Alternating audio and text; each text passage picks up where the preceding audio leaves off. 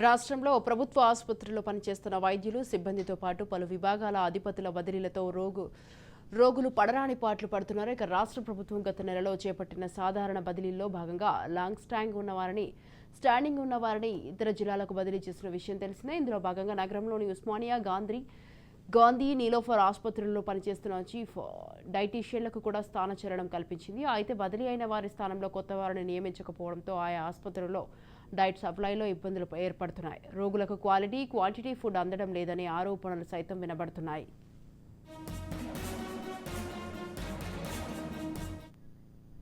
ఉస్మానియా గాంధీ నీలోఫర్ ఆసుపత్రులకు ప్రతినిత్యం వేల సంఖ్యలో పేద రోగులు వైద్య పరీక్షలు చికిత్సలకు వస్తూ ఉంటారు. వీరిలో అవసరమైన వారిని ఇన్పేషెంట్గా చేర్చుకొని వైద్య సేవలతో పాటు ఆహారాన్ని అందిస్తూ ఉంటారు.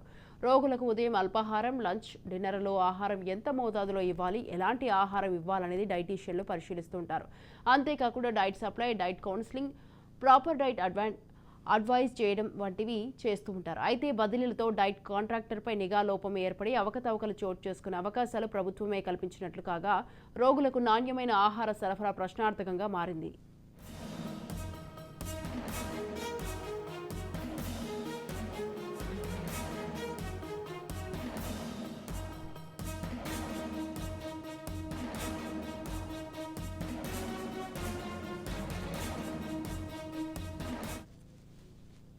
నగరంలోని 3 ప్రధాన ఆసుపత్రుల్లో చీఫ్ డైటీషియన్లు బదిలీ చేసి వారి స్థానంలో కొత్త వారిని నియమించకపోవడంతో డైట్ విభాగంలో కొత్తగా వచ్చిన బీఎస్సీ, ఎంఎస్సీ న్యూట్రిషన్ విద్యార్థులకు శిక్షణ ఇచ్చి వారు లేకుండా పోయారు.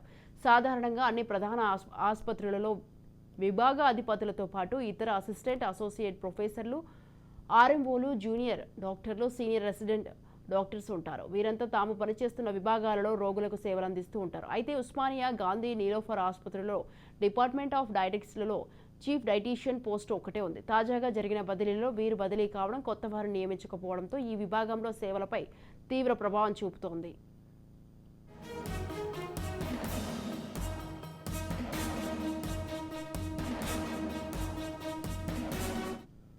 ఉస్మానియా గాంధీ నీలోఫర్ ఆసుపత్రిలో రోగులకు ఆహారం అందించేందుకు టెండర్లు నిర్వహిస్తూ ఉంటారు. టెండర్ దక్కించుకున్న కాంట్రాక్టర్ నిబంధనల మేరకు రోగులకు ఉదయం అల్పాహారం, మధ్యాహ్నం, రాత్రి భోజనం అవసరమైన క్వాంటిటీలో సరఫరా చేయాల్సి ఉంటుంది.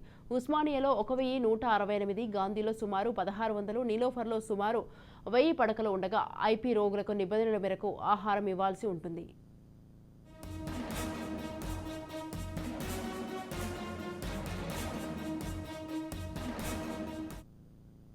చీఫ్ డైటీషియన్ లేకపోవడంతో ముఖ్యంగా డయాబెటిక్, మూత్రపిండాల పేషెంట్, కాలేయ సంబంధ రోగులు, కార్డియాక్, పోస్ట్ ఆపరేటివ్ కేసులు, స్థూలకాయం రోగులకు, నీలోఫర్లో గర్భిణీలు, ప్రసవానంతరం చిన్నపిల్లలకు పోషకాహారం ఎంత మోతాదులో తీసుకోవాలో తెలియకుండా పోవడంతో వారు త్వరగా కోలుకోవడంపై ప్రభావం చూపుతోంది. దీంతో కార్పొరేట్ హాస్పిటల్కు ధీటుగా వైద్య సేవలు అందిస్తున్న ఆయా ఆసుపత్రుల్లో సూపర్ స్పెషాలిటీస్ సేవలకు అంతరాయం ఏర్పడుతోంది.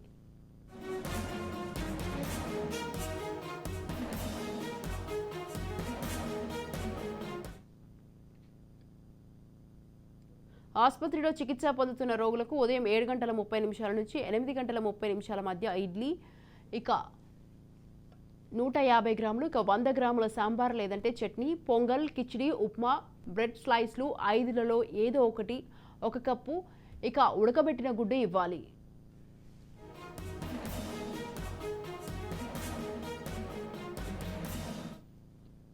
మధ్యాహ్నం 12 నుంచి 1 గంట వరకు రోగులకు లంచ్ సరఫరా చేయాలి. ఇందులో అన్నం, 8 ఇంచుల డయా కలిగిన పుల్కా 600 గ్రాములు, ఇక వెజ్ కర్రీ 150 గ్రాములు, ఆకుకూర, పప్పు 150 గ్రాములు, 200 ml సాంబార్, ఉడకబెట్టిన గుడ్డు 1, 100 ml పెరుగు, మజ్జిగ అయితే 200 ml, 1 అరటిపండు ఇవ్వాలి.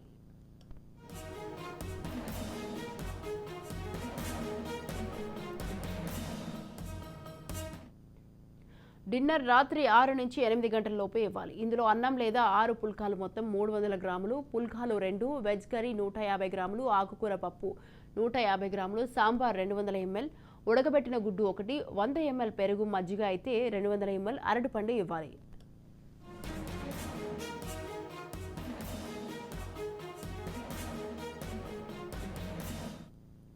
అయితే semi solid, liquid diet, diabetic, renal, cardiac, high protein diet అవసరమయ్యే రోగులకు ఇచ్చే డైట్ మారుతూ ఉంటుంది. ఇవన్నీ చీఫ్ డైటీషియన్ పరిశీలించాలి. ఇప్పుడు ఆ పరిస్థితి లేకుండా పోయింది.